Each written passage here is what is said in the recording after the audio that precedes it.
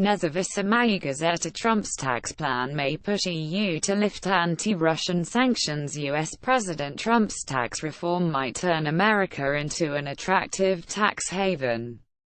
However, foreign manufacturers fear that the reform package might make them uncompetitive, since they will have to either accept double taxation, or require their authorities to enter into a tax dumping race with the United States, Nezavisamayi Gazeta wrote.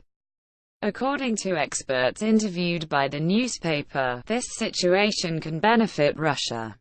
The more vigorously Trump defends American manufacturers, the higher the likelihood of the EU lifting anti-Russian sanctions.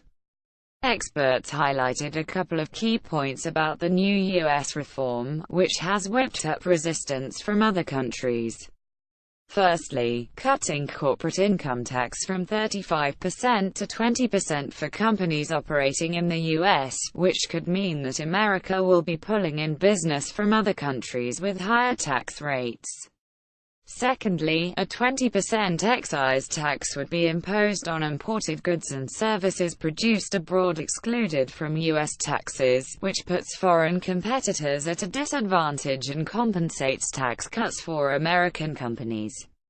Experts interviewed by the newspaper believe that might mean the dawn of trade wars. The United States is entering into it fully armed with the prospect of winning, while EU economies enter isolated, a law broker analyst Alexei Antonov told Nezavisamayi Gazeta. Trump's goal is to turn the American economy into a giant workshop, and a set of effective industries. Associate professor at the Higher School of Finance and Management at RANEPA Dmitry Tikhonov told the newspaper. At the same time, Vita managing partner Ilya Zarsky disagrees, stating that the reform won't turn the U.S. into any tax haven, because, despite the cut, the profit tax will still remain very high according to global standards, that is 20%. However, experts agree on the fact that such disputes between the U.S., the European Union and China can play into Russia's hands. The cooling of foreign trade relations with the US and the need to search for new markets for EU products will stimulate the pursuit for ways out of the sanctions deadlock, Zarsky said. The more active Trump will defend American manufacturers, the higher the chances of the EU lifting the anti-Russian sanctions. According to the newspaper, in the medium term, the EU can lift the anti-Russian sanctions and revive trade with neighboring countries. Izvestia. Russia seeks bigger Kurdish role in coming Syrian Congress. The Syrian National Dialogue Congress is expected to be held in January 2018, three sources in Russian diplomatic circles told Izvestia. According to the sources, the list of individuals invited to the meeting is being hammered out. However, the Syrian parliament is convinced that there are no obstacles to the negotiations from the participants themselves. Experts interviewed by the newspaper believe that the main disputes are unfolding around the inclusion of Kurdish political forces in the dialogue. Russia needs to convince Ankara of the need to include the Kurds in the talks. Coordinating the list of participants with Turkey and Iran is currently in progress, so that Ankara and Tehran are not against any delegations, which we are expecting in January 2018, one of the sources told Izvestia. Another source in Russian diplomatic circles told the newspaper that Moscow does not intend to abandon its idea of inviting Kurdish political forces, which Turkey opposed earlier. A member of the Arab Socialist Ba'ath Party told Izvestia that they do not see any problems with holding a congress at the set time. According to the parliamentarian, this is an inter-Syrian dialogue, not connected with the Geneva or Astana talks, and it will be held in a timely manner. All discrepancies are connected exclusively to the Kurds. That is why the National Dialogue Congress had to be put off for a later date, another source in the Russian diplomatic department told the newspaper. Excluding vital players directly influencing the situation in Syria from the political processes is counterproductive, leading research fellow at the Moscow State Institute of International Relations MGIMO Yuri Zinin told Izvestia, adding that ignoring the Kurds is fraught with further stoking the conflict. This would whip up the most radical separatist sentiments among the Kurds. In addition, not including the Kurds in the dialogue would lead to continued interference by various external players in the situation. Thus, everything would remain in its present suspended state. At the same time, their involvement in the political process will make it possible to hammer out a formula that would allow them to secure the rights, perhaps by creating national cultural autonomy, the expert told the newspaper. This is not the first time Russia has been trying to involve the Kurds in a political settlement to the Syrian conflict. Earlier, Moscow advocated including them in the negotiation process in Geneva, which stirred up opposition from external players. Now the fact that this meeting of the Syrian National Dialogue Congress is going to be held in January 2018, indicates obvious progress in the negotiations with Ankara. Commerçant human rights group appeals to UN about FSB Telegram dispute. The Agora International human rights group, representing the interests of Telegram Messenger LLP, has sent an appeal to the United Nations asking it to sway the situation with the Russian Federal Security Service FSB claims against the instant messaging service, according to Commerçant. The newspaper reported that Agora had sent a letter to the United Nations Special Rapporteur on the promotion and protection of the right to freedom of opinion and expression David K. Human rights activists are asking the institution to urge the Russian government to refrain from arbitrarily interfering with citizens' civil rights to freedom of expression, privacy and anonymity, including online, Commerçant wrote, citing the text of the letter available to the newspaper. The Telegram case is in a certain sense a Russian analog of the FBI versus Apple case, where national security interests and human rights clash, Agora lawyer Damir Gaynukdanov told Commerçant.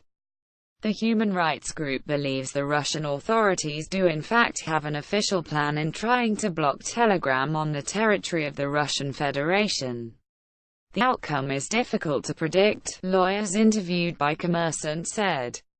On the one hand, Telegram pleads possible violations of basic constitutional rights, such as freedom of speech and the right to confidential correspondence. Olga Sorokina, managing partner at O2 Consulting, told the newspaper.